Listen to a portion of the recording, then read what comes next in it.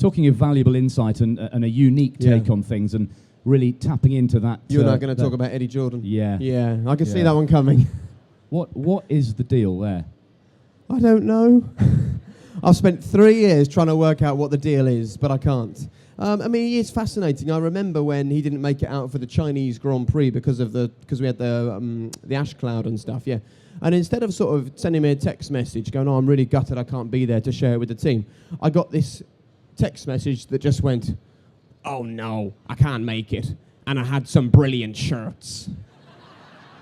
That is what he considered important.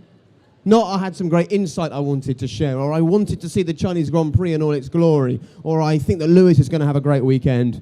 I've got brilliant shirts. That's a terrifyingly good impression. Oh, well, like, listen, I've heard his voice a lot for the last 3 years, haven't I? Can you do the rest of this interview in that voice? Not a problem. What do you want to know? Well, Michael, coming at it from my own little sort of different kind of internal perspective, and I was just wondering, when you transmogrify in the car, what is the, yes? That is, I'm often standing in there, I'm sure there's a question. He's definitely, I think my favourite Eddieism was when Red Bull won the championship, and he said, "I can get Dietrich Mateschitz."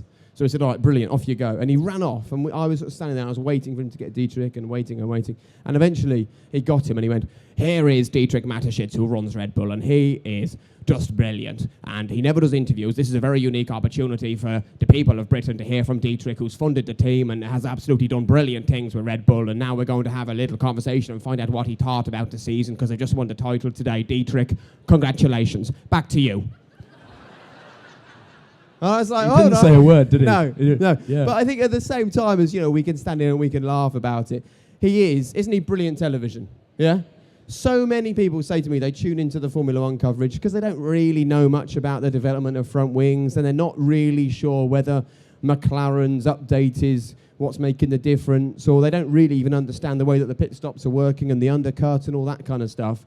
They watch because Eddie makes it entertaining and he makes it good television. And I think if we just spoke about the technical side of Formula One, people might not watch in the millions that they do, and I think he's been a huge part of the success of the programme. I thought he was very good on the season review, which was probably because it wasn't live. Yeah. Editing is a magic tool. In one of DC's sitting rooms. Yeah, but it was one of DC's many sitting rooms in the many houses in the many countries around the world. But I think Eddie's been great, and I have really enjoyed working with Eddie and David, because I mean, one's straight and one isn't, and I think you saw that in the garage in Brazil.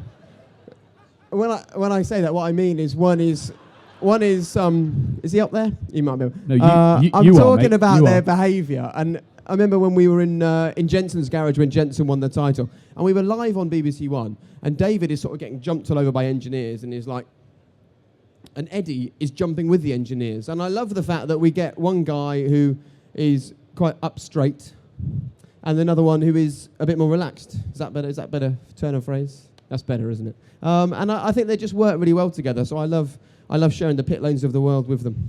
And you're going to do the same again, aren't you, in 2012?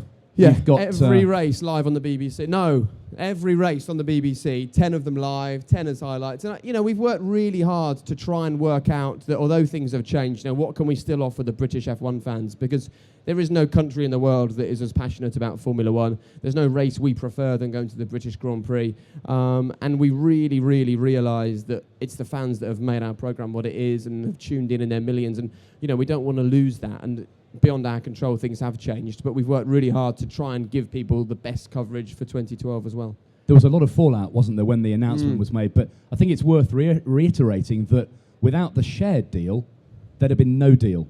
The BBC would not have done it, full stop. Yes. Yeah, that's the bottom line, was that if that deal hadn't happened, probably on the same weekend that we found out, because, we didn't know this was happening as the team. We were merrily getting on with things, trying to produce the best television possible and winning awards and things. And, I'm sure you can appreciate it. It's been a tough time for us as well. But there is no doubt about it. The BBC did not have the money to be able to afford Formula One. And people often say to me, well, you're still doing the forum, you're still at every race. How is that possibly saving money?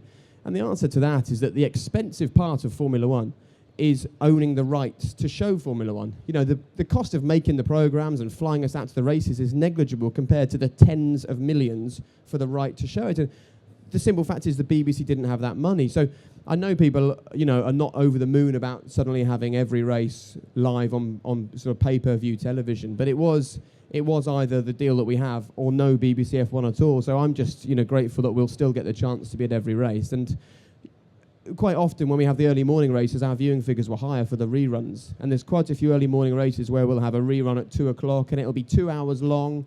And so we'll pretty quickly get into the racing. We'll do maybe a few interviews with the top guys at the starts, but post-race, we've got the time to make sure that we speak to all the drivers that are important. We give David proper time to watch the race again and work out what he wants to analyse. And we will create a really, really nice package for the viewers who are watching. And I think the other thing which people will be excited about that we're doing is after the race, whether we're live or not, we're going to do an F1 forum. And even at the races where we're not doing live coverage, we will still do exactly what we do now, walk up and down, grab people, dive into press conferences, send Eddie off to grab various team bosses, get David to interview drivers, and we will try and offer as much as possible. So I think it will be different, but it will still be really strong output. And I know what we're doing, and I'm really excited about it.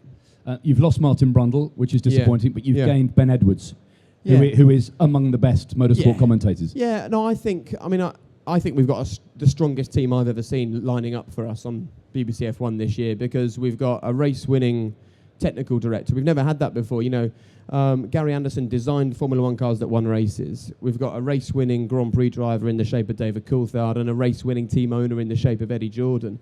And I also think that, you know, Ben Edwards is the best motorsport commentator in this country, and I am so pleased that we've now got him on the BBC. He did an amazing job for British Touring Cars last year. I would record all the races and watch him. And I think, you know, if I could have picked one person to step into that commentary box this year, Ben Edwards would have been that man. And I know that David's really excited about working with Ben, so it's going to be good. Do you think there'll be a problem when you've got a BBC person and a Sky person bidding to grab a Lewis, a Jensen, a Michael, a Fernando? No, I don't think so, because I think that these teams realise that they have to speak to the media, and Sky will do hours and hours of coverage, and many of you, I'm sure, will watch it, and I think Sky will do a stunning job because they produce good sports content.